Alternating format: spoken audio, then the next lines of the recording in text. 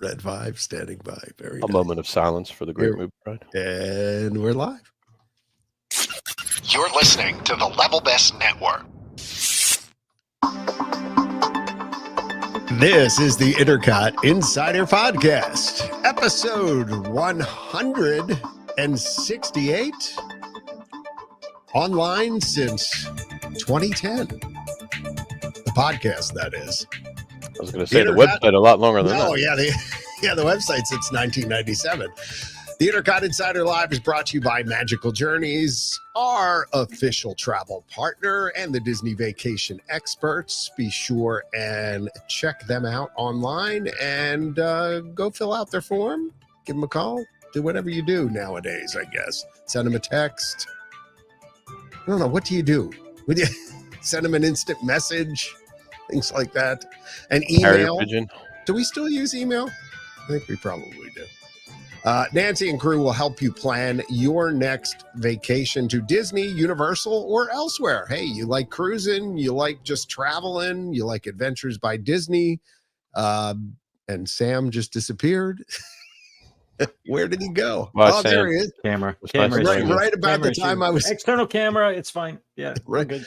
I thought you never know because last time we had you on, didn't you have like thunderstorms or something? There were thunderstorms in the area last time. Thank you. That was simply me accidentally bumping a USB cable that my camera's attached to. Oh, okay. So it's that simple. Hey, it's Sam. Look, just that simple. Look what he's got behind him. Look at that. A little promotion going on that way. Sam's Disney Diary. That way, yeah. Sam's Disney Diary. We got some pinball machines, some things we do when there are thunderstorms going on. We hang out in basements and play video. How many games do you got down there, Sam? More than I want to admit to. We'll just Really? leave it at that. 3 pinballs that you're looking at back there. Come on, you got those are legit. Those are not toys. Those aren't one-ups. Right. Those are legit pinballs. By the way, that's a very important subject in the fan community and the collecting community. The whole one. It is. Although I will say to your, and probably because of you, I do have a Star Wars one-up. It's the only one-up I have, only because I want the yoke. Can I just call a pause here, John Galinsky?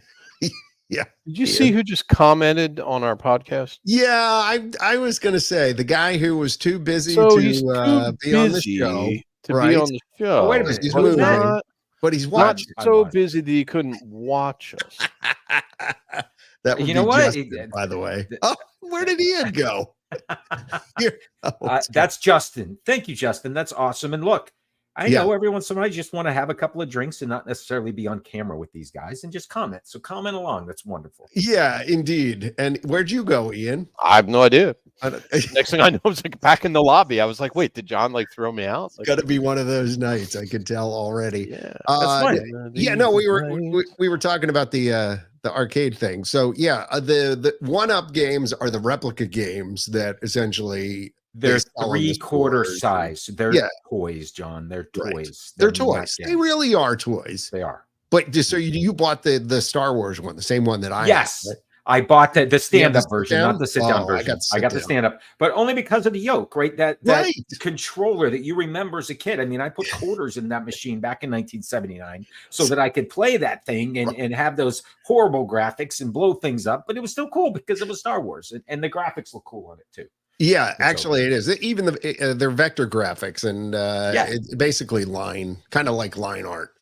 Which is what New Hope was all about. Star Wars, right? When they're in the trench run, that's the video that they have. Right. When they're on the Falcon taking out the TIE fighters, that crappy video that's spinning when he blows it up. Forget it, he's rolling. That's the technology. Yeah, I know. So how about the Tiana's Bayou adventure? Yeah. Oh, yes.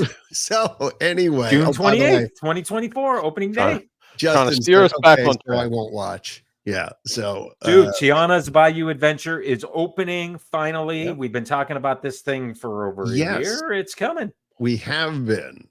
So June, Ian, you had mentioned you had gotten some tickets for that. Now, are you going? Well, there's no such thing as tickets. Unfortunately, well, you have to have a Magic Kingdom ticket. I guess a park. No, you do not actually have to have a Magic Kingdom ticket for an AP preview. You have to have a park reservation in some park. That's what I meant. And so, yes, I have 2. and then I have one for the 28th, but that one's in Epcot. So the 28th will be a little bit different because we'll have that one. I don't know if I'll be able to get on or not, but I made one anyway, just on this to be on the safe side. We may just buy a lightning lane for that, but we do have at least 2 opportunities to get in the virtual queue to ride Tiana's. Yes, and we miss you, Justin. That's why I was wounded, because we want you on the show. We love having Justin. Let's talk Tiana for a second, because here's what I want to talk about, John. Yes. It opens June the 28th. That's opening day. That's the first day. That's the day everybody's going to show up and ride and realize that you have to get in the virtual queue, because there is not going to be a standby queue for the opening day. Right. You have to get virtual queue on the 28th. Yes. And that is going to, according to Disney, be there during the initial phases of opening. There will be no standby lines. So are they still going to have the Tron? I thought the policy was we only have one, because this is going to be on Genie Plus too. It will be on Genie Plus, and it will be virtual queue. And Disney has verified that you can hold multiple virtual queues once this is open to the public on the 28th. All right, June. But I thought the policy was we would only have one marquee. Policies change. Attraction from far. You get a virtual queue now. 7 a.m. you can only join one or the other. Then you got to go back out to join. Look, ever since they went to the Good to Go days, you can hold a virtual queue for both Guardians and Tron. Yeah, which you didn't used to be able to do. Yeah, that's true. Until only if it's a Good to Go day, though. Yeah, only if it's a Good to Go day. But now you have to. But the important piece here for Tiana, if you want to ride it on the 28th or the 29th or right after it opens, you have to have a park pass to get in there to be able to join that virtual queue. And the virtual queue is going to be 2 times a day, right? 2 times a day, just like the other 7 a.m. and 1, which tells me 7 a.m. everything goes accordingly. I mean, this isn't a new ride system. This isn't new anything. It's Splash Mountain. This system's been around a long time. It should work just fine. We shouldn't. So 1 o'clock, you should be good. Now, important to note, to join at 1 o'clock, you have to be in the park physically. You can't not be for the actual the 28th and on. Yes, for the 28th and on. Right. Which Ian, I do want to talk about that. Okay, so I'm getting so excited. I'm hitting the microphone. So clarify there's a DVC preview, and there are lots of previews. So let's the 28th is the opening day to the public. Okay. We'll come back to that in a second. Right. Now there are also 2 other. There might be more than 2, actually, Ian. Of course, there are cast member previews, which we won't talk about because we're not cast members. But then there's also DVC preview, and there's annual pass previews. Those are happening starting the 12th is the first DVC preview. The 13th is the first annual pass preview. So for DVC, let's get that one out of the way early. Okay. You had to have had a DVC reservation booked for any DVC property in order to qualify and get in the line, which was last week, to be able to get your preview. So there are 2 of those, the 12th you just couldn't be a local person who happens to own, or I used to, where you had to have a reservation in a DVC property on the 12th or the 19th, which are the 2 days of the DVC previews. Fair enough. I booked one for myself, but apparently there was a cutoff, and I was after the cutoff to book it because look, I found Saratoga for 15 points for the 12th. I'm thinking 15 points. I'll book it for a night. Sure. I'm in. But I was after the deadline. So are you still going? I'm not going. Well, I already planned to go. It would have been extending a trip for a day to stay for another day. Okay. But we'll get back to that in a minute. Now, annual pass, and Ian, I'll let you talk about these. APs are 13th, 14th, 16th, 17, 18, 20. Those are the days of the annual pass previews. So how do you get over some dates? That's weird. Some are the DVC dates. Yeah, the DVC dates. Okay, so they're kind of they're mixing them together. Okay, they're mixing them together. Yeah, I got you. Yeah. So for APs, you at the virtual queue opens at 1 p.m. You don't even have to be in a park to get virtual queue, but you do have to have a park reservation at one of the 14 right parks there, dude, for that day. They're sold out. Yeah, well, no, not all parks are. I don't know that all of them are. Kingdom. No, so you have to have Magic Kingdom, right? I thought you did if you want to be in the 7 a.m. No, there is no 7 a.m. for annual pass holder previews. There's Okay. only 1 p.m. for AP previews, and you do not have to be in any park, and you can have a reservation for any park. Different park too. Yeah. The only restriction would be, like, for example, if it was a Saturday when you need a reservation at Magic Kingdom to get into Magic Kingdom, then you wouldn't be able to do it. But it's not a good to go day. Yeah. So, but this is an important caveat. You do need to visit the park for which you have a reservation before you get to Magic Kingdom. So, like, for example, we have an Epcot reservation. So we have to go to Epcot first, and then we can immediately leave Epcot after we get, and just go over to Magic Kingdom. So, which is likely what we'll do. So there are ways to ride this before the 28th, but I think the 28th is the big day. That's when anybody can. Yep. Disney gave us, they posted the 5 things you need to know before you go to Tiana's. That's right. The first one was all about the virtual queue, right? On the 28th, I'm talking about public availability, no standby queue during the initial opening days. So I'm going to guess June 28th and that first week or two, there is no standby queue. You need to get a virtual queue. Correct. Who knows for how long? It's until they decide. I don't think that's a guess. I think that's the way it's going to be. Yeah. Yeah. For how long? I mean, look, the question, right? Well, Guardians is still on a virtual queue, right? That's right. Does Guardians have a standby? There's no standby for Guardians. No standby. No. And nor is there standby for Tron. Right. Tron is still also. Well, there is a standby queue if you're willing to play for the Lightning Lane or the Genie Plus. So that's also another option on the 28th. Right. So if you don't get the standby, you can buy Genie Plus and it can be pay $15 or $20 to ride at least. I doubt it'll probably, I'm thinking $20 to $25. You think? All right. Yep. Because of demand, I'm sure, at least at opening. Yeah. The third thing that Disney said on their things to know was you will get wet. Just reminding people. Hello. Reminding people, we've seen this and it's Tiana, but you're gonna get wet. It's the same ride track. Hello. Exactly. Well, I don't know. Yes, it is the same ride track. I'm wondering though, and whether they have some water effects other than pure speculation. Based on the fact that they made such a big deal out of it, I am wondering if they don't have maybe some like additional water effects. Yeah. Over what they had for could be. Because it does seem they do seem to have made a little bit of a deal out of it. You know what I mean? So, or just reminding people this isn't Frozen. They didn't change the track. They didn't change the logs. Yeah. Other than theming on the logs. Right. So you're still going to get splashed. That hill is going to go boom. Yeah, and it'll be interesting to see whether they still can ramp it up, ramp it down. Right. Depending on how cold it is on a given day in the parks. That's it. Well, this thing always closed in January anyway, right? January there was a downtime. Well, don't get us right, John. What was that guy's name that used to have a fit every time they closed? It's the guy on our discussion boards who, what was his name? He'd get so irritated that every year. I go every January, and every January they close it for maintenance. Okay. We're like, that's what they do. And one of the water parks will be closed too. Now one of the water parks is always closed. They haven't had both water parks open since I moved here. Wow. But another interesting thing for the opening day of Tiana, which is merchandise. No merchandise at the Critter Co-op. The Critter Co-op is the store in Splash Mountain. It used to be the Briar Patch, right? Okay. That store. The merchandise will only be at the Emporium.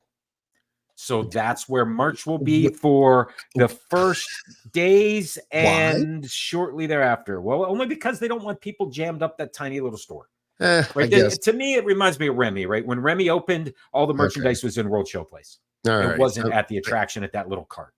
So, sure. Yeah. Well, they should have had a store at Remy to sell the stuff. And they should have a bigger store at Splash. I mean, they had the room. They could have done it. Sure. Yeah. And with this one, I guess once things simmer down, it won't be as big a deal. But like you said, I think that's exactly. I think all the people wanting to do some resale and things like that, all those eBayers that grab all the merchandise and things. It is. I mean, I experienced that during the last Run Disney, the Hakuna Matata 10-miler thing. Even at the Run Disney events, dude. Oh gosh, yeah, they come in on the first day that the expo is open, and then take all the best sizes and all the best stuff. It just it's kind of I saw some of that May the 4th for the new popcorn bucket. I'm sure. This scavenged stormtrooper helmet. Yeah. Helmet. Yep.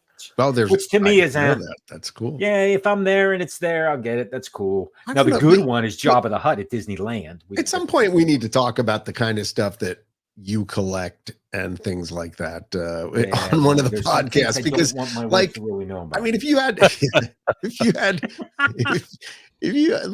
were collecting podcasts that are not what do I say? Popcorn things. I mean, they're rather big. And I have a whole bunch on top of my fridge.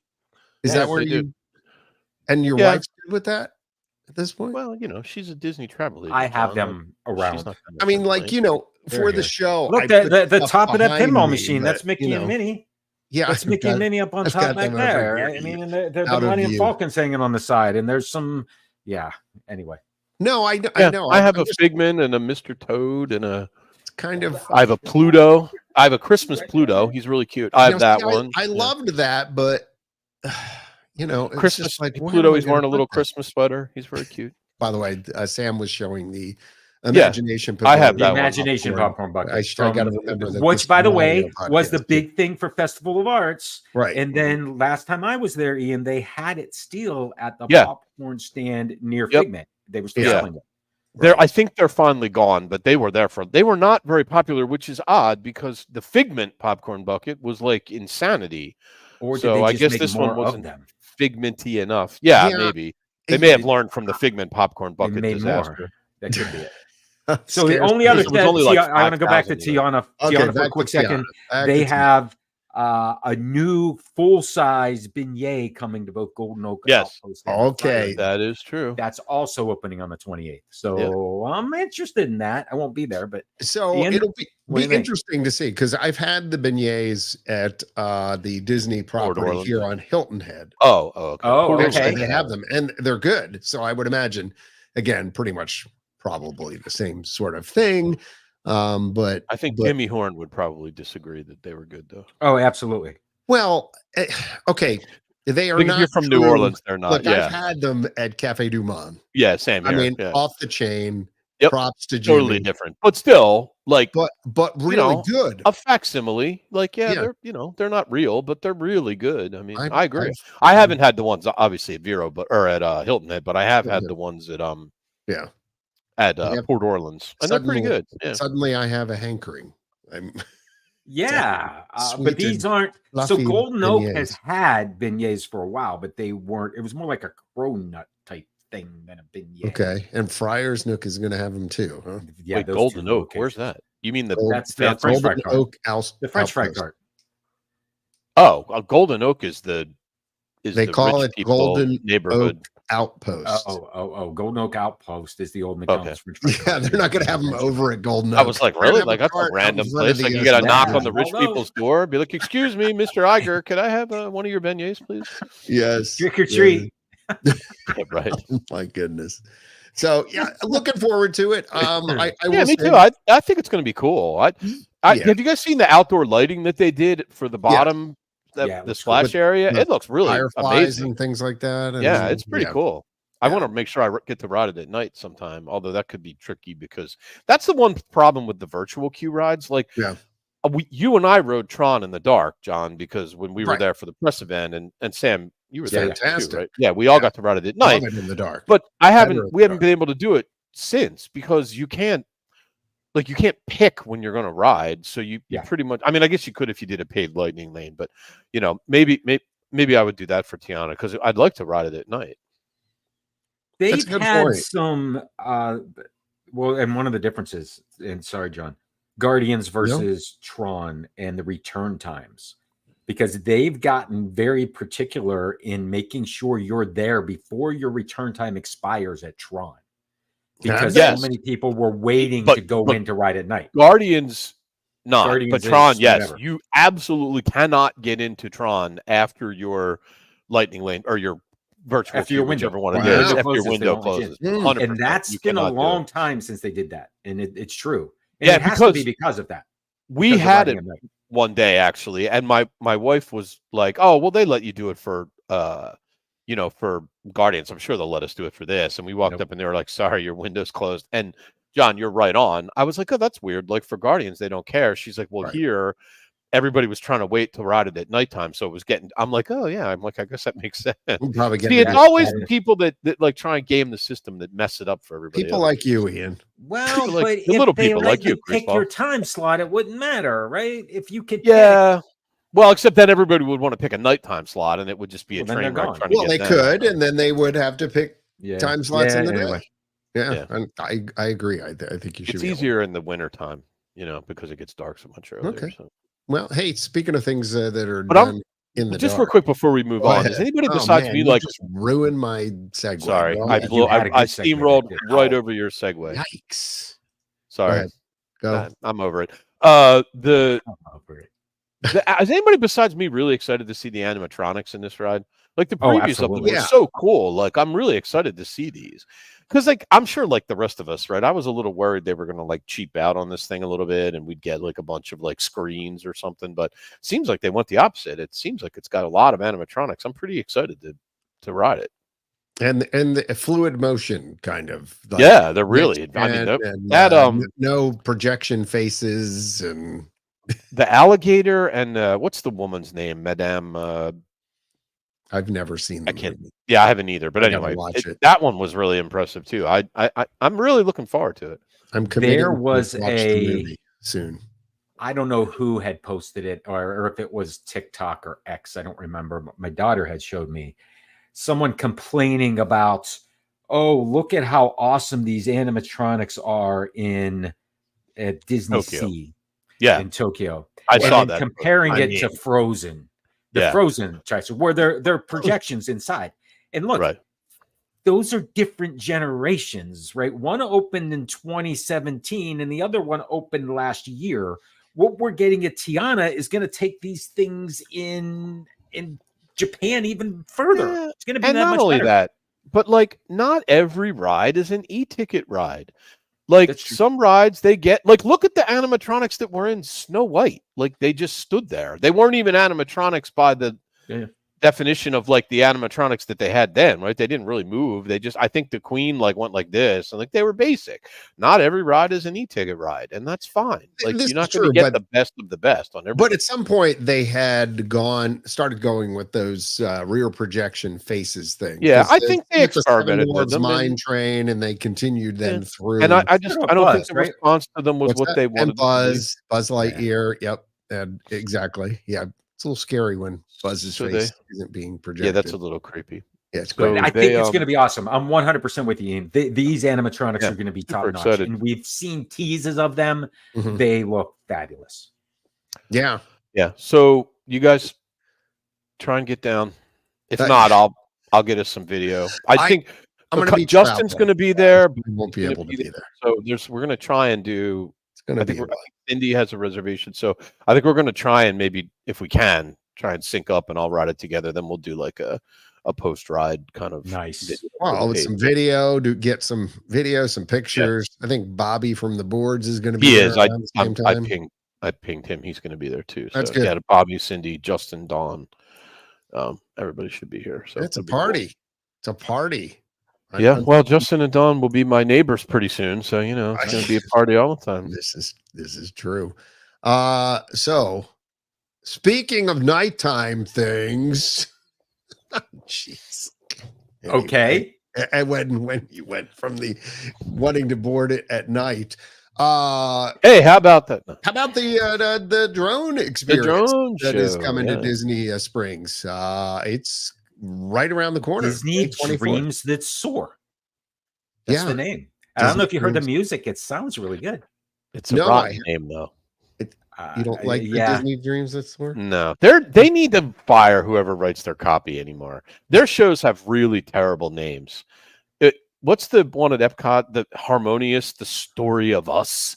Like they're just weak. Like get fire whoever writes your copy and hire. Yeah, I don't know. I saw somebody mentioning, by the way, about the story of us that, and I can't verify this at all. Just saw a post about this from one of the reliable Disney accounts that I follow, and said that they were there the other night, and like people weren't bothering to stay for the show, like people were leaving.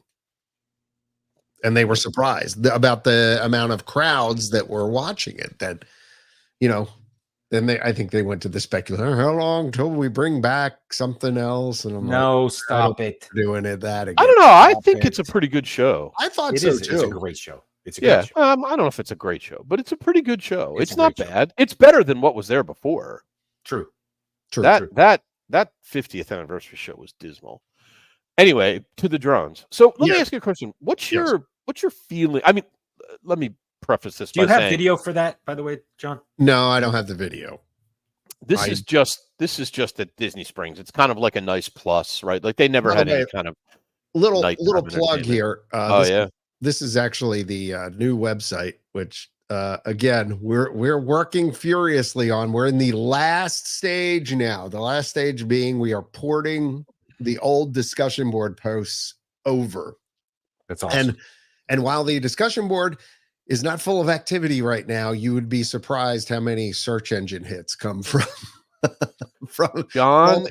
John has decided that he's switching to the Disney program plan for construction. So this INTERCOT website will open sometime in December of 2027. Yeah. Oh, okay. So you're moved it up 2 years. That's good. No, the reality is we are in the last phase, but I cannot tell you. I would say honestly, if I'm being completely honest at this point, it's going to be July, just because That's fine. July. Anyway, I was saying this show is not replacing something else. It's like a little plus. They never had a show. Nice. It's also temporary. Right? Take that out of context for just a second. What are your thoughts overall on the drone show? Overall? Yeah, like just in general, like not this on particular a drone show, but or just on a drone show as an alternative, say, to a fireworks show, or not an alternative, but I would love to see them do both. It should be incorporated into. I would not like to see one or the other at a theme park, but here in Disney Springs, this is a completely welcome addition. Yeah, sure, absolutely. It's pretty cool. But although the last thing Disney Springs needs is more crowds, but so they did this down there in 2018, right? Or was it 16? The Starbright Holiday, but Starbright Holiday was It was okay. The Starbright Holiday was only 300 drones. This one's 800 drones. Yeah, okay. It's a ton. I love the music, which John, if you I can share it if you want to listen to it. Let's hear it. Would you like to? Here's a little bit of it and some audio to go with that, which we should be able to talk over. Okay. I can't share it. You have to throw it out there. Oh, I do? It's in the green room. Yeah, I can't put it in the studio. Okay. Hold on. Let me stop sharing my window and start sharing yours. There you go. All right, listen to this. This is a test they did in France that they shared some audio from. But I love the sound. It sounds Disney.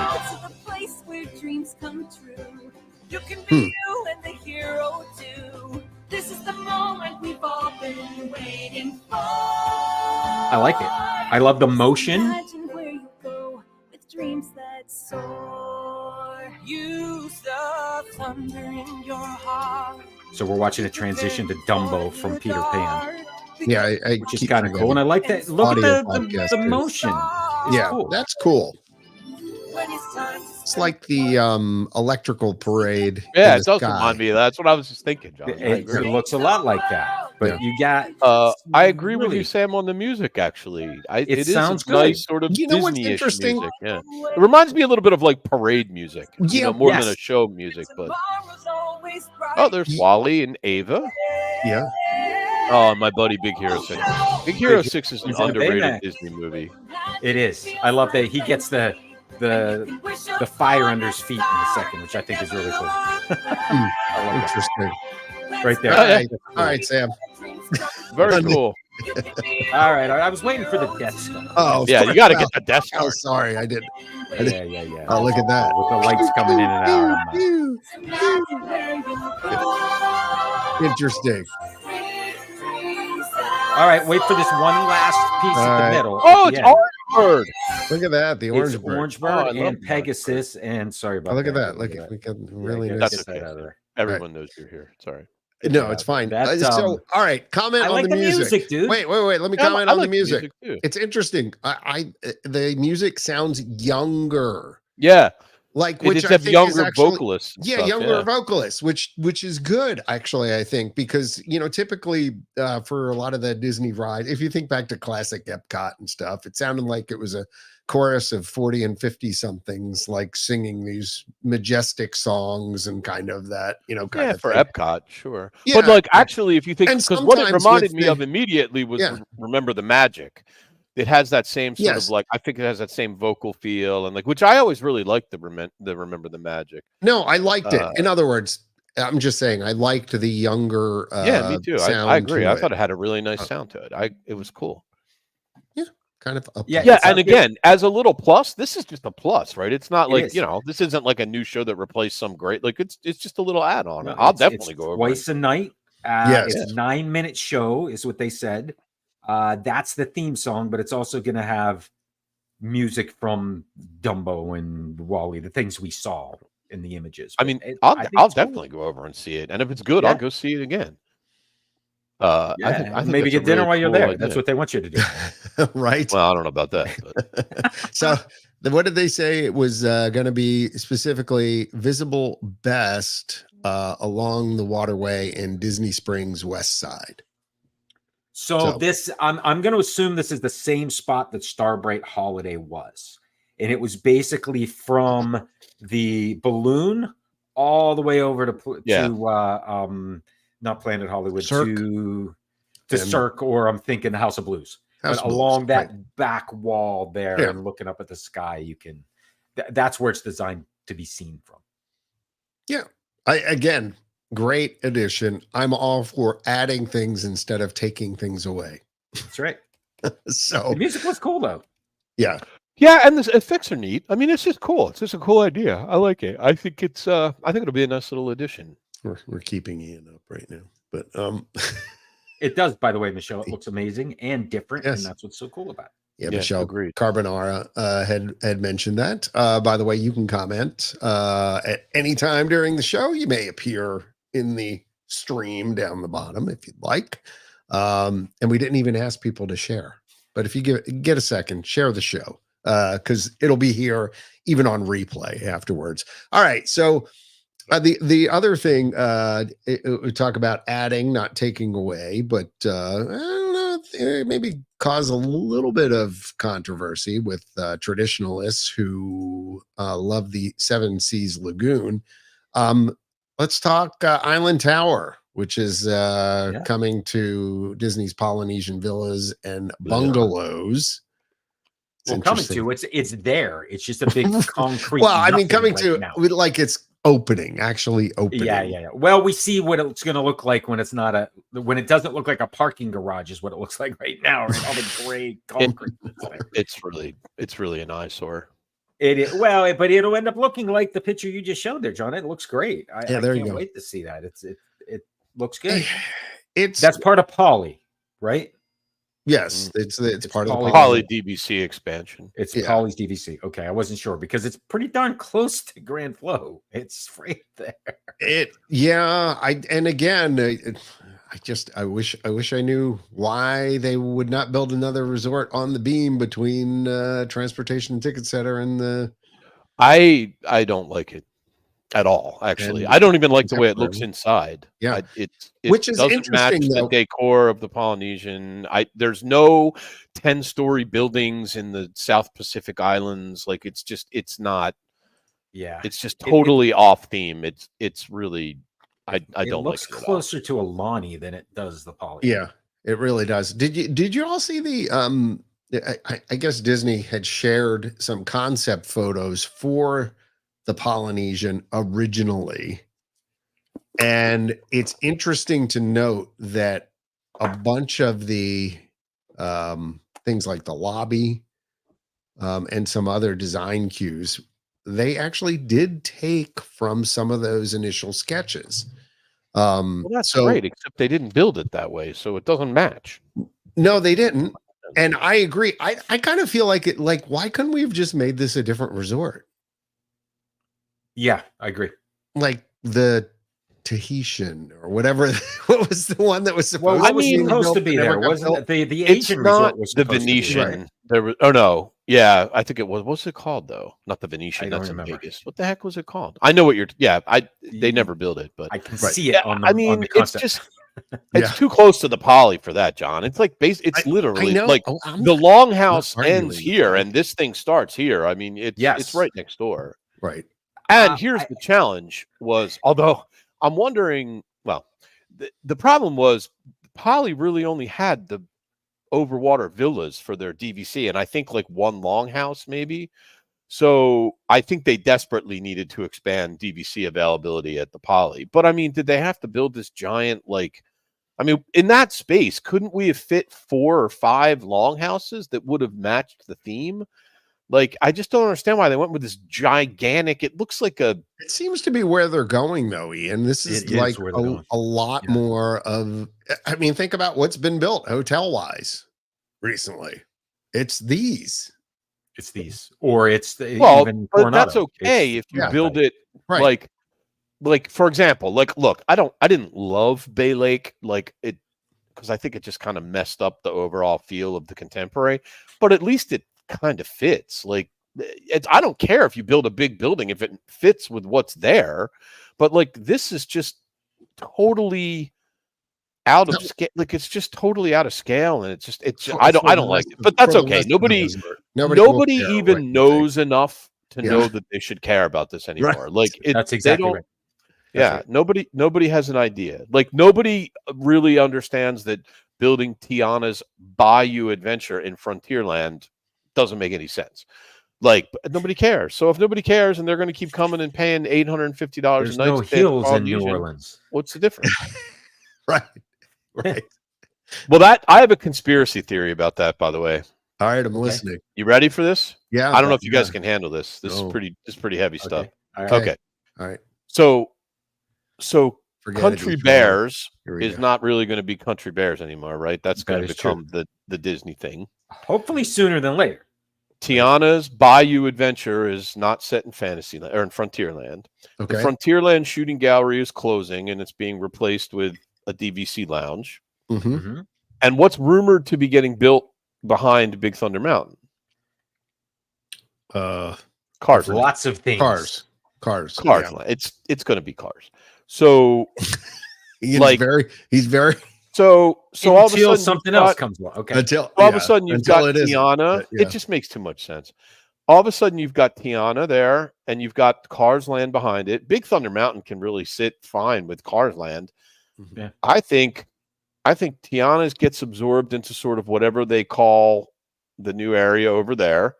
Okay. And this part of Frontierland goes away because I think they're kind of embarrassed of Frontierland anymore, and I think they want to get rid of it. So I won't be surprised.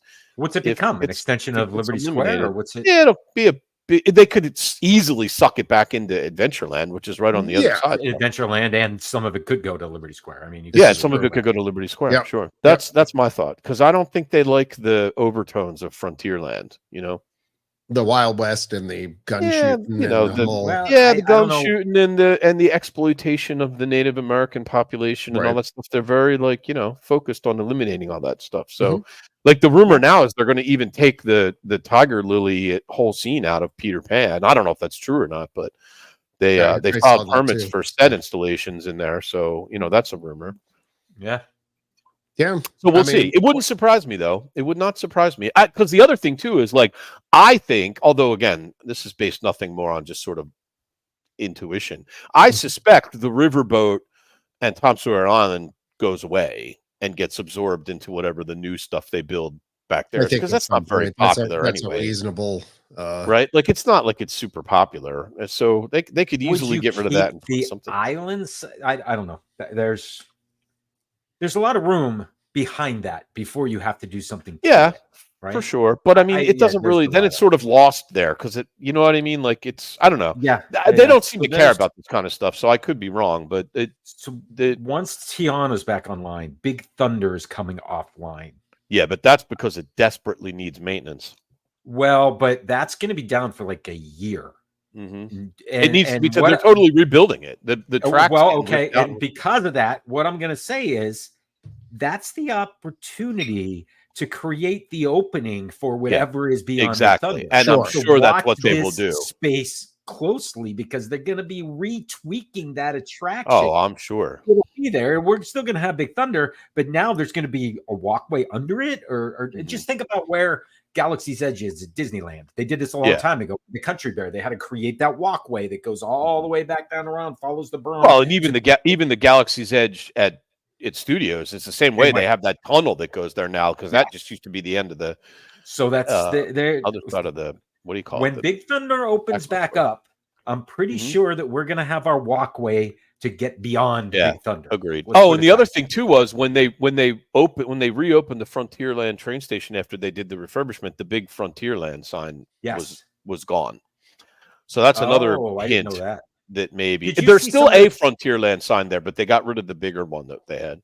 I don't know if you saw this, but there's a bunch of theming there at the train station now for Tiana and the goods that are arriving for her. Yeah, they're one of them basically her stuff is coming in on the train there. Yeah, but Tiana's got a bunch of whiskey bottles, is what I want to say. What? Tiana's got whiskey bottles in the. They're opening. In her train they're station. opening a bar like right around the corner. So what the heck, whiskey bottles in Tiana's all good. So that's another thing. I really wish they would give us some news on that Pirates bar. By the way, I'm like looking forward to that. It's not a bar. Come on. It's no more a bar than Gaston's Tavern is. Well, I mean, it'll be a lounge. It's supposed to be like Trader Sam's. Like, that's what I heard. It's just going to be like Trader Sam's, but pirate themed instead of tiki themed. Well, so I didn't what I had heard was more like the counter service that is Gaston's Tavern. Just the counter service in the Magic Kingdom. That's weak. I thought it was I thought they announced a pirate lounge, but maybe I'm wrong. Yeah. Their announcements are always so ambiguous. You never know. Anyway. Wait. So are they? All right, Gaston's first of all. First of all, Gaston's no alcohol there. No. Yes, exactly. Right. So how are they going to do counter service and have alcohol? Well, maybe they won't. Maybe Sam's right. So you're thinking that it's just going to be sort of a pirate bar without bar? Just like Gaston's Tavern is a tavern without alcohol, it will be a pirate bar with your... I would far rather have a Oga's Tavern kind of thing right there that's a pirates themed thing.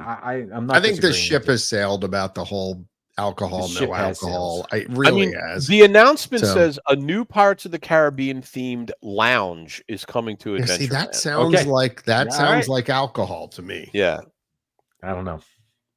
It does to me too. I mean, they already serve alcohol in Magic Kingdom. You can get it when you're inside. You just can't get not it at a counter service where you're walking around. And then right. There's not like Epcot where you can. Yeah, you can get it when you're sitting down. Which honestly, I'm fine with that too.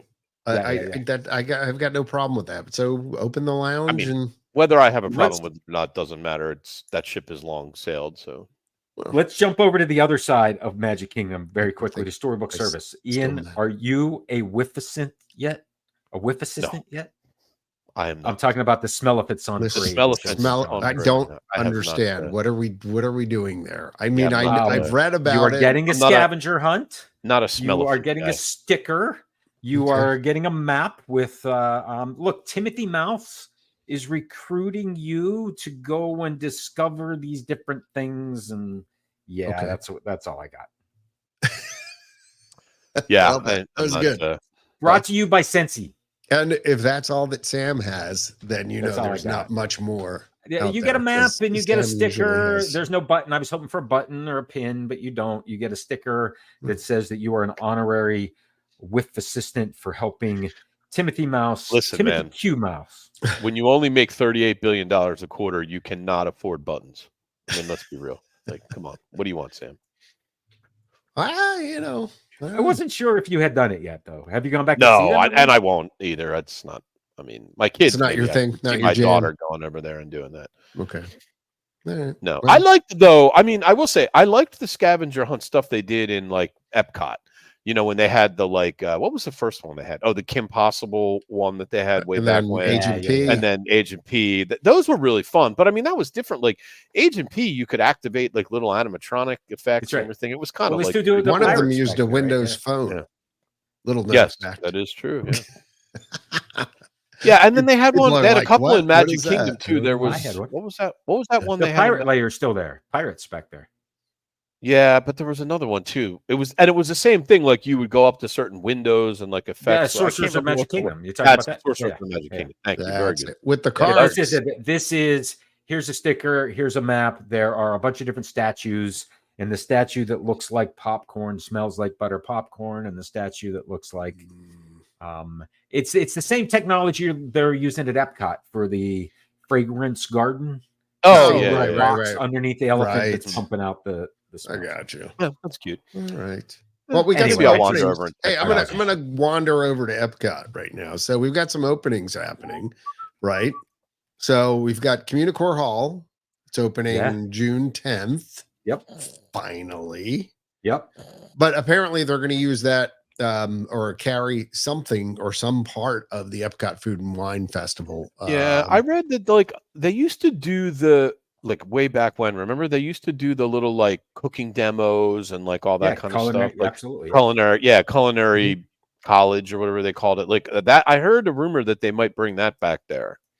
That's just a rumor that I read. I don't know. The original. There are two things there, right? There's Communicore Hall and there's Communicore Plaza. Communicore Plaza is an outdoor venue where we know we're getting the Encanto show. Encanto show, yeah, right. Is coming to there. I had hoped longer term this ends up being a stage for evening entertainment. That's what I was thinking originally. But they already have the American Gardens Theater, though. So like, but that's for your garden rocks. Yeah, I'm with Sam. I like entertainment, more like show entertainment, like show entertainment, things like that, like kind of like the stage they have in Tomorrowland, like where they do little. Well, I don't exactly. Well, what are they doing now? They build the stage for Festival of Arts right in front of the lagoon, and that's where they do the arts in performance. Right. The same thing, like for quite frankly, at Christmas time, where they had the I can't remember what it was. Like Christmas caroling, joy, and then they had who were fantastic, by the way. Yes, I think one of the best parts of the festival. But anyway, the International Food and Wine Festival. The dates are out. Going to be August 29th through November 23rd. August when's it start? August 29th? 29th. Yeah. Okay, so here's what I would get to. Here we go. You know what I'm thinking, right? Food and Flower and Garden ends next weekend. Yeah. So from May or June 1st until August, there's no festival. We're back to the pre-COVID summertime of no festival. I know, right? Yeah. How about that? Which actually, that's what a lot of people noted how short it was. Food and Wine was this year as compared to what it has been the last couple of years. Yeah, it's like they trimmed like a month and a half off of it or something. Now here's another interesting point: you can attend a multitude of Mickey's Not So Scary Halloween parties before the Food and Wine Festival even starts. When I said trick or treat before, I was going to segue to halfway to Halloween, baby. We just missed that last weekend. Yeah, halfway to Halloween starts August the 9th. Yes, that's the first Mickey. Halloween party. The first Mickey's Not So Scary Halloween party, August 9th. August 9 is the first Halloween party. I don't. That's to me. That's like I don't. That bothers me. Like I maybe it shouldn't. I don't know. But like now we're like 3 months before the holiday. Mm-hmm. Like they only celebrate Christmas for a month. That's because they got to wait till Halloween's over before you can start Christmas. Halloween's a bigger money maker, I think. Yeah, everybody goes for Christmas. They were pumping up the Halloween. These tickets are on sale, by the way. I did not look. I'm assuming Halloween night is already sold out. I would imagine. Yeah, that's usually sells out day one. Yeah. Yep. Yeah. I would really like to go because I really enjoy the parade and I do like the fireworks show, but I am not going to pay, $800 for 5 hours or something so my kids and I can go. It's just you're the top tier is $199 this year, right? Yeah, but that's pretty rare. Like, I mean, that's for that's Halloween night, and that's like I think there's a couple other but maybe the weekend nights as you get closer to Halloween. I mean, but they're like 100 and I think it's like 160 is about the average, and if I took all 5 of us, I mean, that's $800. Yeah, that's a lot. And they're fun. I mean, I like them, but like I don't. It's not $800 worth of fun. My wife and I might go one night just ourselves because my kids are older anyway. Like my 14-year-olds they don't care about that's not they'd be fine without going. Actually, I think that's a good idea. I think you guys should go. Well, I mean, I wouldn't mind going because we can get some photos and cover. You know what I mean, and post some stuff and do some video and all that. I mean, used to be we were invited to that kind of stuff. Yeah, well, I don't think they do much of that anymore. We touched on Communicore Plaza. Communicore Hall is the building, which, by the way, Ian, if you've been there lately, the thing is huge. Yeah, it is lighting up at night now. Yeah, they're lighting up. I will say this: it is beautiful, like really, really beautiful. It dramatically lacks substance, but it's very beautiful. It's like a really. I can't use that analogy. Never mind. It's very nice. I love sitting there. Like I'm just in the garden. I'm thinking about days when I might not in the summertime, but like in the fall, I could see myself grabbing my laptop. I could see myself grabbing my laptop and going to work at Epcot. Yeah, absolutely. There's nothing wrong with that. Taking conference calls like this with Spaceship Earth really in the background. Like I would absolutely do it. It is so pretty and peaceful, and they got the music playing. Right. I really like it, but you're missing a lot of stuff. That's true. So the promise of Communicore Plaza, the building, is to get the festival center back. Remember the festival center that for a while was the culinary expeditions, the horticultural things, and that was in mixology classes. They put that in the Wonders of Life. Wonders of Life. Yeah, which was supposed to be all the play stuff pavilion that was in there is supposed to be in here. And so I was going to say it kind of made sense when they were actually going to do something with the Wonders of Life pavilion, but they never did. So they could just, they could have just left the festival center. This is our festival center now. I have a sneaky feeling that in the next 3 to 5 years we'll see that. So are we going to hear anything at Expo? I'm sorry, I wasn't. I wouldn't count.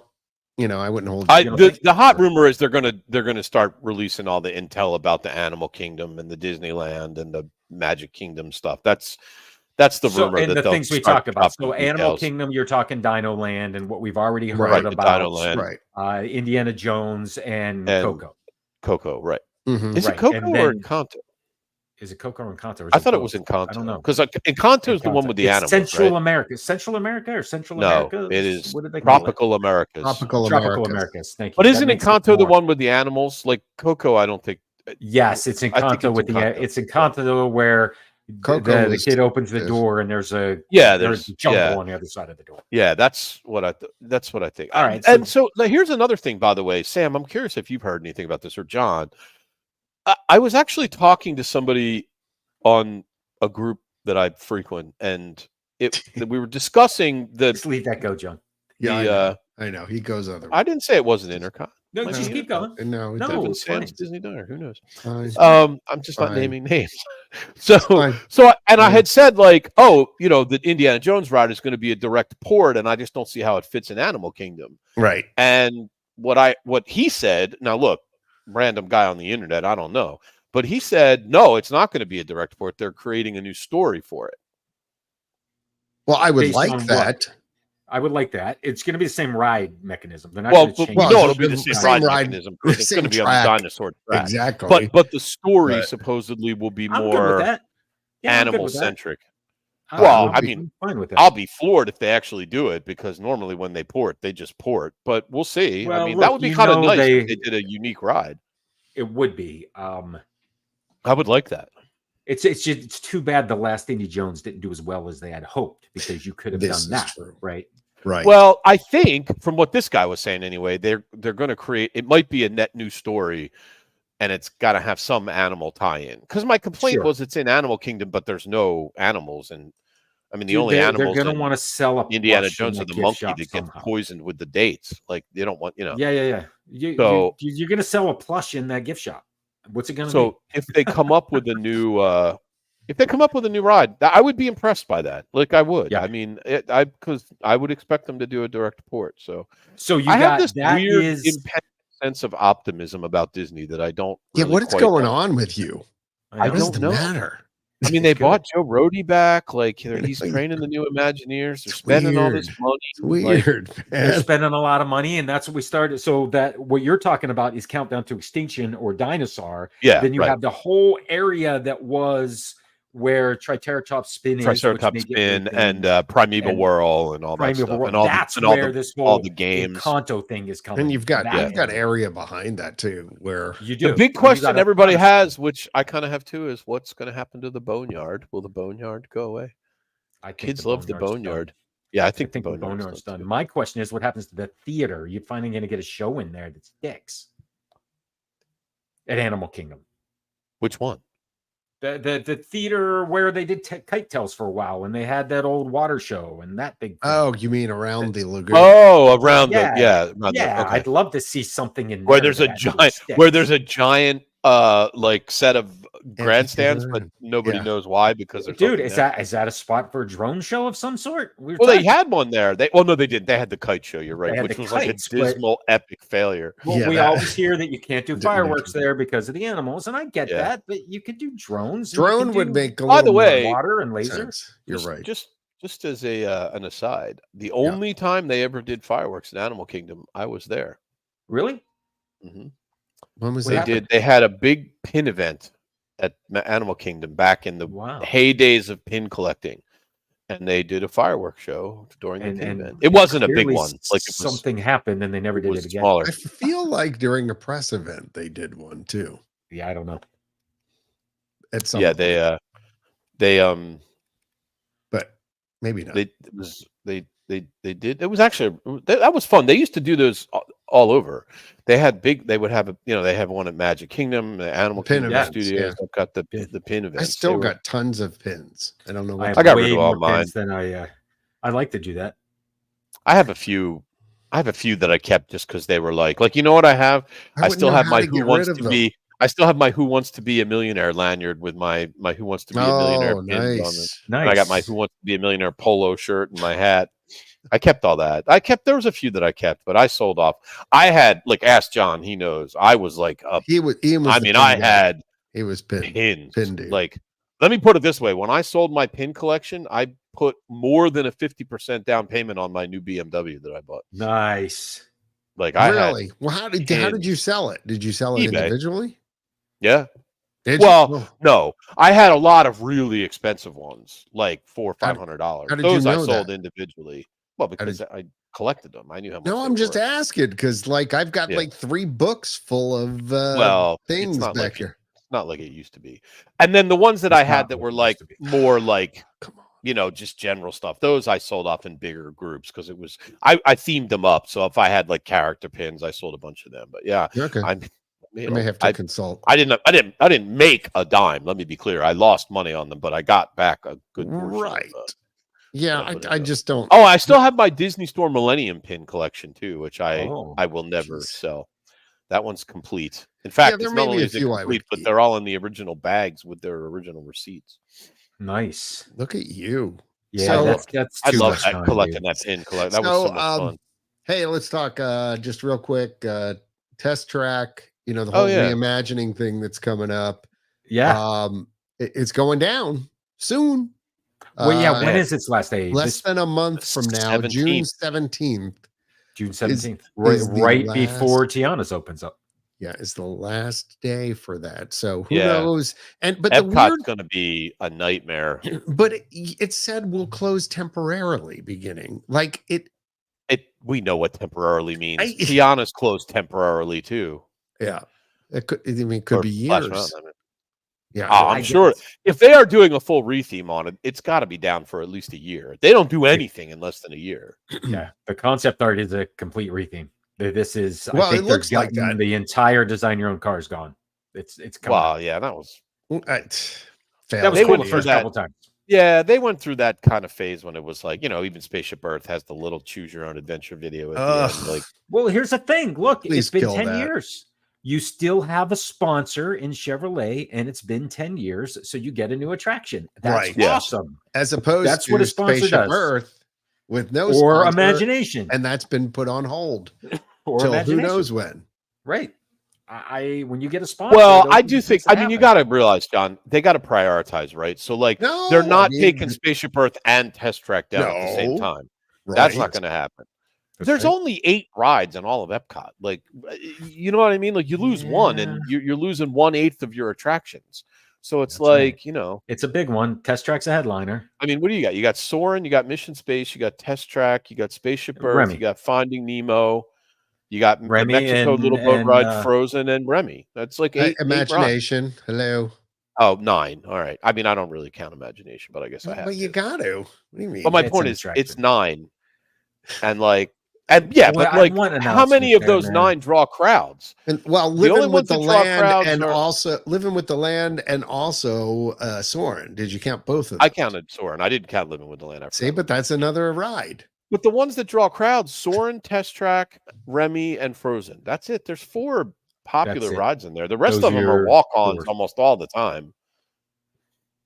Those are your knock down the door get to. Yeah, right. No, there's not a lot. You take down one of those attractions, and man, it's going to be a mess. Now, the other possibility is not as many people go, I guess, but I don't think that's going to happen. So I think the lines for the rest of the stuff will just be that much longer. Yeah, they're going to have to do something. And to Sam's point, Big Thunder's going to be down in Magic Kingdom for a long time too. So for a long time, that's another one that they're not. It's not like wildly popular, but it soaks up a good amount of people. I don't know when the Bears are coming back online. Soon. I was hoping they'd be back online for Tiana. It can't be long. I mean, you don't see what's going on inside of there, but they're working on that every damn day to try to get it back online. I think I saw like roughly when they expect it to open, and it's sometime like, and I think it's like fall maybe. It's not really long. The Bears. Hey, let's just hop on over because I wanted to show this. Disney's Hollywood Studios turns 35. 35, yeah. Yeah, I wanted to go to that celebration, and I just now this is a visual thing, so if you're listening along, you're gonna have to. I can't see it though. You're gonna have to go online. You got to get it closer. So. Yeah, well, you're not full screen, but from Walt Disney World Public Relations, this was for Mr. John Taylor at WVUD Radio back in the day. Wait, hold on. I'm just gonna John Taylor. Yeah, that was his. That was my radio. I get it. I get it. That's so, I've got. Let's see Let me open the envelope. Yeah, have the envelope, please. Yeah, it's really cool. It says, "Oh, look at this," and it's like, is it typed out? Yeah, but it's free computer. So this was March 28th, 1989. Dear guest, greetings. March 28th, 1989, when this came. Greetings from the Walt Disney World Company and the studio grand opening office.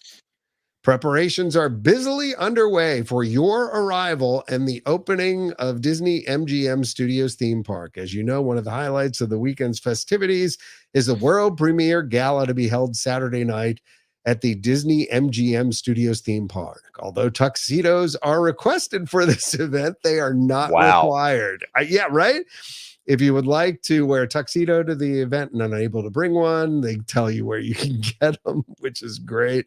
Enclosed, you will find a card to complete and return to our office no later than April 10th, blah, blah, blah, because of the large quantities of tuxedos, blah, blah, blah. Okay. Anyway, so I was working in radio in Dayton, Ohio, and I wrote Disney PR, and, you can see this there, the formal request, and I got basically invited to the grand opening spectacular of Disney's MGM Studios theme park. Well, so there's a story behind this. Okay, so I got invited, but the opening of Disney MGM Studios happened the weekend I graduated from college.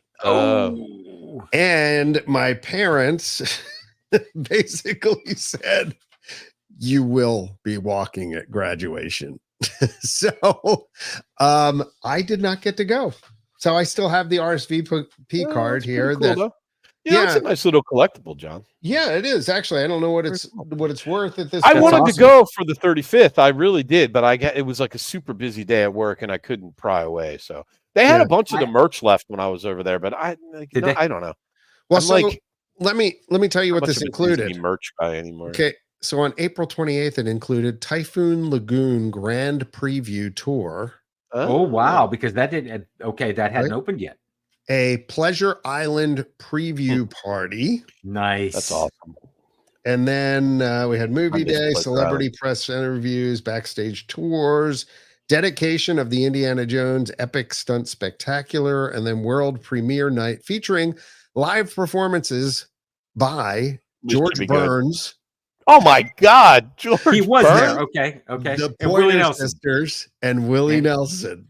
Yes. Willie Nelson. That's a strange choice. I have video of that. Oh, this is great. Live TV tapings of Siskel and Ebert at the movies. Oh yeah. The Mickey Mouse Club and the grand opening of Disney MGM. Oh, that was the Britney Spears Mickey Mouse Club. Yeah, back then. Mm-hmm. You know, we were talking the other day about how great the studios was when it first opened. That park was so much fun, man. I loved it there. Yeah, John, I have I queued up the I saw Gala parade from that you missed. This is about 4 minutes, but this is the parade. You missed that. Would have gotten Eisner. We need more characters. Eisner with that Bette Midler. That was Bette with him. Bogart and Sam Robards. Humphrey Bogart. Kevin Costner is here with his family too. Well, you got that. You got the stars. That's all the stars that were there. Yeah. This video, by the way, is awesome, and it includes George Burns and Willie Nelson. We won't go there. Look at these people you missed. You could have been in one of these. I could have. Lisa is riding with her husband and young daughter. Leonard Nimoy and his Leonard Nimoy. All these people are dead. Yeah. Unfortunately. Oh, not Rick Moranis. Rick Moranis. Look at that. Dead. Aw, Betty White. George Lucas. Oh, George Lucas. Little did he know, all these years later, all his Star Wars will be in that park, right? Yeah. Audrey Hepburn, she's dead. Yeah. Harry Anderson riding with his wife. Oh, Harry Anderson. Anderson, yeah. There's the Musketeers. Oh yeah. Did you see the hair on him? Star of the Cosby Show.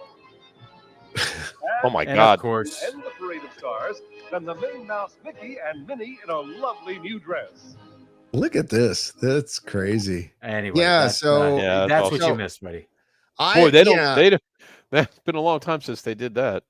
I know. Well, I was looking back through the itinerary, and the itinerary was amazing for this. I mean, having been to press events over the years. Yeah, that's cool. Wow. When you're opening a park, it was 4 days worth of stuff. And it was very impressive. So anyway, I've held on to that all these years. And that's cool.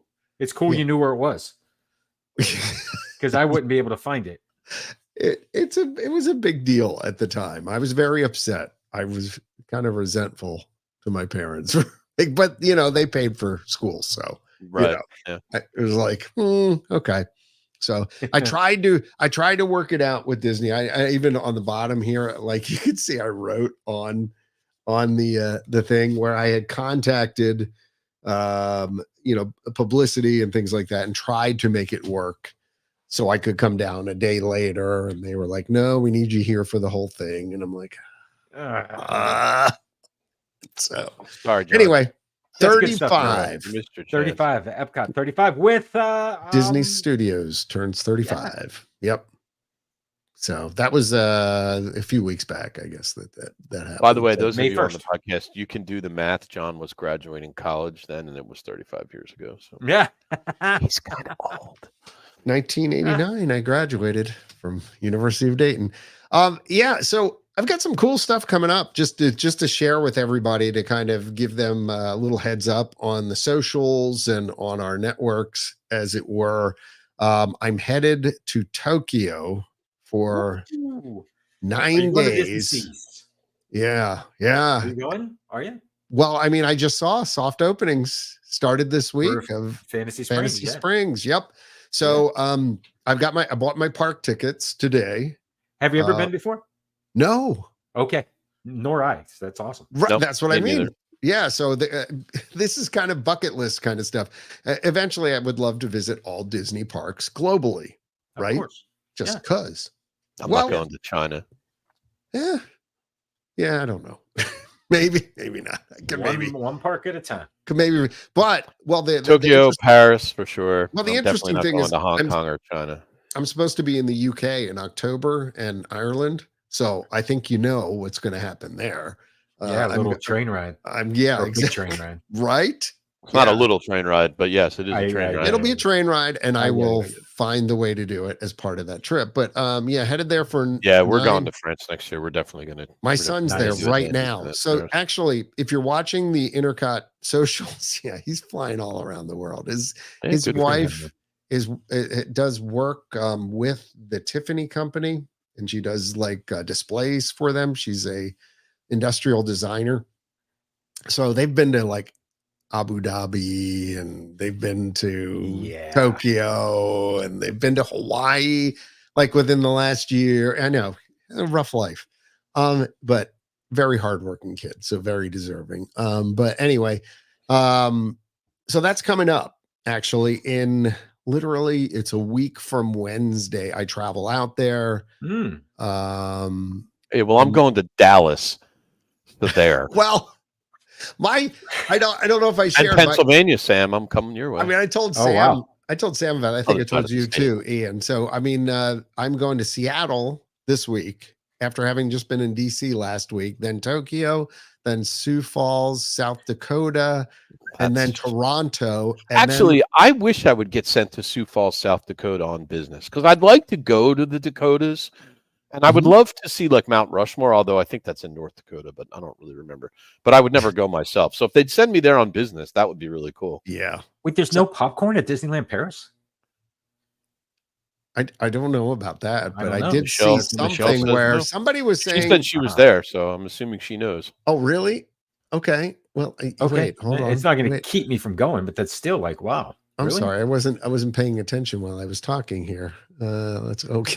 We got some comments coming in about seeing Willie Nelson. 91. That's a. I mean, I saw Paul McCartney. He was 79. I saw Ringo Starr. He was 82. But 91. That's something to still be performing. Yeah. Janet's looking forward to the upcoming trip coming to. Yeah, and then no popcorn at Disneyland Paris. That's interesting. So speaking of popcorn, nice transition there, Michelle. So I saw today where they apparently. At Fantasy Springs, they have some like roast beef popcorn. Wait, well, I would eat that. Sounds kind of good. But is that just like powdered flavor, or is that like powdered flavor? Not sure, but I've heard it is off the chain. I'm sure they have like you know how you get the gravy mix, it's just powdered. I'm sure they just sprinkle it over there. Yeah, but still, it's kind of good though. I would be all over that. I love flavor. I'm like a total sucker for flavored popcorn. Like when my kids used to do the sell this stuff to raise money, and they had the popcorn one. I was like, yeah. I bought like 18 bags of popcorn. I love flavored popcorn. Yeah, so I'm looking forward to that. Apparently, my timing is pretty good. That's them having soft open. I'm not going to lie. I'm a little jealous. Although I'm not jealous of the plane ride, but I am jealous of. I got to be honest with you. I've been checking every single day to see whether I could get an upgrade, to see how you have to do that because it goes up and down. Well, I'm in for those who fly American main cabin extra, but it's not business class, but it's still but main cabin extra is nice though. Better pitch, those international flights, free drinks, and much closer to a lay flat. You get like a footrest. There's a lot more leg room. Yeah. So and I'm in a row I flew that only a has couple 2 times over seats. to Europe. So instead of 3. Nice. So the best is when you get the best European travel without question is when you're in the 3x5x3 and you get a 5 seat with nobody else in it, because then you're just stretched out. Like I flew home from Paris a couple years ago and there was nobody else in the row but me, so I just laid across all 5 seats. It was like having a lay flat. I slept for like 9 hours. It was great. I keep hoping. There was a moment about a week ago where the price dropped ridiculously, and I was like, should I do this or shouldn't I do this? And I And I thought about now, it. Would your company cover it, or do you have to pay it yourself? No, I would pay the difference. I would pay the difference if that was me too, for sure. I mean, unless it was like ridiculous, but I would think about it. I paid to upgrade myself to first class, even to fly out to Utah when I went in January. Yeah, sometimes you do that. It was a couple $100. I was like, well, that's on the trip. But yeah, there are times where longer flights. I'm at the point in my life now where like when I'm traveling, it's like a 6-hour, 5-hour flight. Yeah, same here. Once you get to like the 5-hour level, I'm really picky about like where I'm sitting and stuff. So even that's tough. Well, this is like 12, I think. Oh yeah, it's not nearly as that, right? No. It's 11 just to get to Hawaii. Well, no, you have to. I fly from Savannah to Dallas Fort Worth, and then Dallas Fort Worth direct to Japan. It's like 12 or 13 hours, something like on the plane. That doesn't count the Savannah to Dallas leg. No. I think it's 15 that sounds total. More like it. It's like 15 total. Yeah. Yeah. It's which I'm just talking about the continuous trip. Now, are you a guy who can sleep on a plane? Like, I can sleep on the plane? Yeah, I cannot sleep very well on a plane. By the way, this was one of the topics I was talking. That's why I'm trying to get you travel there. routines. We only have 10 minutes left, so I figured. No, I bought. Let me see. I bought the noise cancellation. Actually, headphones, because normally I have the ones that are just the little in-ear plugs. But my AirPod Pros work great for that. I was thinking the combination of noise cancellation and Bluetooth might be good for this trip. But I don't like the over-ear headphones that much. They're just uncomfortable after a while. I worked in radio for. Yeah, that's true. But my AirPods are noise canceling, and I don't have to do. The only problem is the AirPods, especially if you're sleeping, they fall out. So yeah, I don't have the AirPods. I have like cheapo version, which work great. Honestly, I've been using them for years. Yeah, when I took my son to a really terrible concert a couple weeks ago, and it was like insane. He listens to metal music that no one's ever heard of. Crazy loud, insanely loud. I actually put my AirPods in. Good call. And then I turned my own music on my phone, and it canceled out. I couldn't hear his at all. I could hear mine. But it was great. Having actually blown out an eardrum at a concert, I did. And it came back after a couple weeks, but I'm sure that's where this one wasn't the loudest concert I've ever been to by far, but Sam's camera died. My camera died. I'll be back. It was really terrible music, so I was like, I can't. Well, good for you for going though. I mean, in the interest of full disclosure, I only lasted about half an hour, and then I went out to the car and watched the Phillies game for the rest of the time.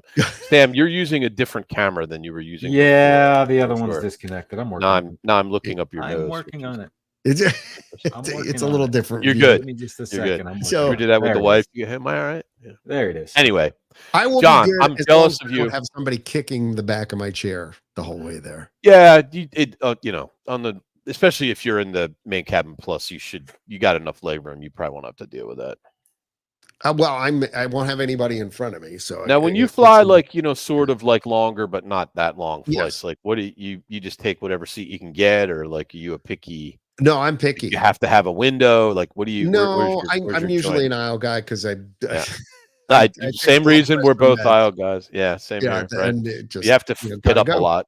I drink a lot. I drink a lot of water and I take blood pressure meds. Yeah, I mean like Cokes, water, whatever, and occasionally a Woodford with Diet Coke. And if it's a Diet Coke, I think you can go to jail for that, John.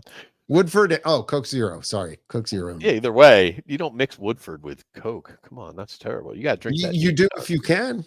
It makes for a great drink. Honestly, you gotta. Have you ever tried it? Don't knock it till you try it. Drink only neat. That's the only way to drink. I you know what? Sometimes, depending on where I'm going or what we're doing. If I'm on a plane, I want to drink whiskey straight, so I fall asleep. Knock myself on. Well, that's. I am an aisle seat guy too. I don't like being trapped in because I know I'm going to annoy the heck out of all the people next to me if I got to get up and go to the bath. Plus, sometimes I get up and I don't even necessarily have to go to the bathroom. I just want to walk, and get out of my seat for a little bit. So especially on the longer flights. Yeah, the longer flights. Yeah, you definitely want to do that. No, I'm a front of the plane guy. I got to be in the first 10 rows. I can't get towards the back. It's just when I land, I want off that plane. I don't want to have to wait for 800 slow people to. Well, the funny thing is when you have status, you tend to know what seats are the best seats on individual sure. Like if you fly enough, you start to know the planes. Because if I can get an exit row seat, even if it's a little further back, I'll always take an exit row seat. Exit row seats are good. Yes, I will do that.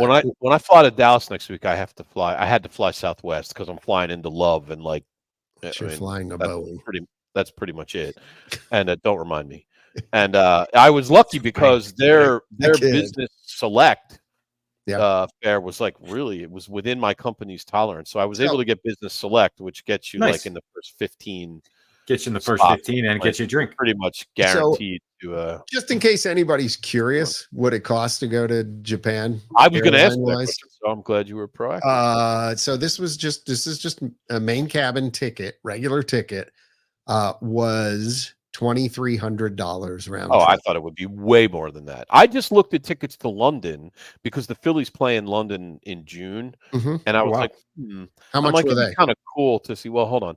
I thought it'd be kind of cool to see like the Phillies in London. I'm like, and it can't be that bad. Look, it's from here to London, it's not much farther than it is from here to LA. I priced so I'm like, what could it be like $800? Yeah, no.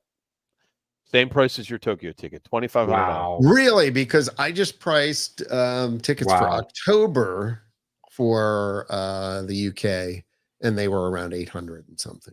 Yeah, see, 800, I would be in London for the Phillies game for sure. I would go to London for that, but I'm not for 2,500. Obviously, that's a little. No, I will say this is work that's taking me there. Sure. And so, unlike when I traveled 24 and 26 hours to Australia and then stayed there for a total of 5 days, my arrival day, my departure day, and then 3 days in the middle. Yeah, for work. I decided this time I was going to actually make sure I had some days on the edges. Yeah. And I would never travel that far for work and not take extra days. There's no way. I mean, I'm not. I may I have never guys go I back work there, with that have flown to India from like Texas for like 2 days. Right. Like they're there for 2 days. I'm like, not a chance. There's no I'm way. flying out to Seattle just to be there for a day and then flying back. Well, that I've done. I mean, I've flown into like San Francisco in the morning and left on a red eye the same day. Like I've done that, but I was a lot younger then, and I don't really want to do that now. I don't even fly red eyes anymore. I can't. If I'm flying to a country I haven't been to, at this point in my life, I want to actually see some stuff. And then the other thing is, so we're shooting commercial shots for my work. And we're interviewing 3 different people, going on location, shooting them, doing the whole thing. And then you're not actually going to shoot them. No, videoing them. What should I say? Filming them. Filming them. There you go. Filming them. There's no film involved. Yeah, but there's no film. I know. Anyway, recording them, whatever. But the point being, I can actually get out into the city and shoot B-roll with my iPhone on 4K mode and with my Steadicam. And that's what I'm going to do is while I'm there the other days is actually get B-roll in and around the town that we may be able to use in the spots. So, it's a nice cool trip. I'm looking forward to it. And then, so you'll get that. You'll get obviously some stuff in the INTERCOT feed. Yeah. We're 13 hours ahead when we go to Tokyo. So, time-wise. See you tomorrow. Right. so like I can call you then while you're there and you can tell me like what stocks did really well so I can invest in right. I'll be in the future. That's great. In the future. I will call you tomorrow. It'll be the future. I will know all the sports scores and everything, right? Yeah. So and you'll be like Biff in that's how it works, right? I think that's right. So that I'll definitely be posting to the socials, and then like I said, later in the year, hopefully we'll make it to Disneyland Paris, but my son is actually going to be there for the next few days. If he gets the chance, he will be posting also to the socials. So that's awesome. That's what very cool. And Sam didn't chime in much here. I'm surprised because he's a world. I haven't flown in a while, but yeah, absolutely. Yeah. Mostly Southwest, mostly domestic. But yeah. Oh, do you? Yeah, Pittsburgh, you're going to be a Southwest guy for sure. Yeah. Well, once upon a time, I was a U.S. Airways guy. Yeah, we were just talking about that the other night, actually. Yeah. Their airport is oddly like a little deserted. Like, oh yeah, the Pittsburgh airport. It's half currently full. It's about to be completely refurbished, so they're building a complete new wing to it. Changing everything about it. Because opening in 25. I was there not too long ago. A few years back, and I was surprised. Half the airport's like completely closed because we were taxiing and there wasn't a plane to be seen. There was no lights, like nothing. I was like, the whole thing. Look, where I live used to be right on the flight path, and there were just constantly planes coming in. And that was December of 2019. I was flying out of there doing some commercials, and I started to get sick. And that's not good. Sickest I had been in a while. Oh, match up the timeline there a little bit. Oh yeah, well, I remember that. Right about the time where like where other people were getting sick. But of that magical thing that happened to all of us. Yeah. 2 years of our lives. Anyway, but that's where I was. I was actually in Pittsburgh. So Sam, you want to plug anything? Sam's Disney Diary YouTube. Go check it out. It's all good. Yeah. I mean, it is good. It is good. Yeah. If you by the way, Sam's a good guy too. So, I appreciate that. Sam, we used to enjoy. He and I used to enjoy hanging out in the parks together during. Well, we still will. We're gonna schedule some time to go. When are you coming back down? By the way, I am down in early June. I'll be down. I'll reach out to you. Okay, when? Because I don't get back from Philly until I think the 4th. After that. Okay, cool. Yeah, definitely. Let's make a plan. All right. Yep, we'll do. Always good to hang out. Thanks, John. Always good to have you. Gallivanting across the world. So safe travels everywhere you go, my man. That's right. Thank you. I appreciate that. Sam's Disney Diary YouTube and Wednesday nights YouTube this week at Walt Disney World. Check that out too. Oh yeah, doing that stuff now. That's true. Yeah. Why not? I can hear the Magic Kingdom fireworks going off right now. By the way. Oh, nice. It is 9:31. Did they start at 9:30? Yep. They started at 9:20 actually. I think. You know what else I can hear when I'm outside? The train whistle from Magic Kingdom. Oh, see, that's pretty sweet, man. I love that. Yeah. Hey, if you get a chance, stop by Magical Journeys. Look them up on the Googles. Magical Journeys is the sponsor of INTERCOT.com. They've been with us for most of our years online since 1997. Nancy and crew over there. They're simply the best. They will take care of you on your next vacation, wherever it may be. Get a quote. They'll hook you up. Good folks. Support them. They keep us online. They help us pay the bills, man. That's good. Honestly. And they've been a wonderful partner for all these years. I want to say thanks to Sam from Sam's Disney Diary for hanging out tonight. Of course. Thank you for having me. Is still Ian. And I am the last man standing in this podcast from the inaugural episode. Me and John. That's it. That's true. From the inaugural. 2010. How long ago was that? October 2010. 168 episodes ago.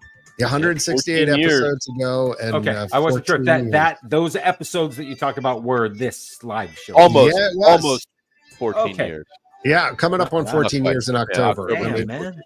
Literally, we've been online that long. It's ridiculous. But 27 years online at INTERCOT. I only had 2 kids when we started. No, I didn't. That's a lie. I had 4 kids, but 2 of them were infants. I was thinking October. And now Ian has 10. So 37 kids. Hey, thanks for joining us. Thanks for sharing along in the magic. We hope to see you in person at some point, of course. We hope y'all. Yeah, we make it to our 30th anniversary as well. Look for the new website soon. Thanks, guys, and have a great night. Bye now. Congaloosh. Yeah. I miss that place so bad.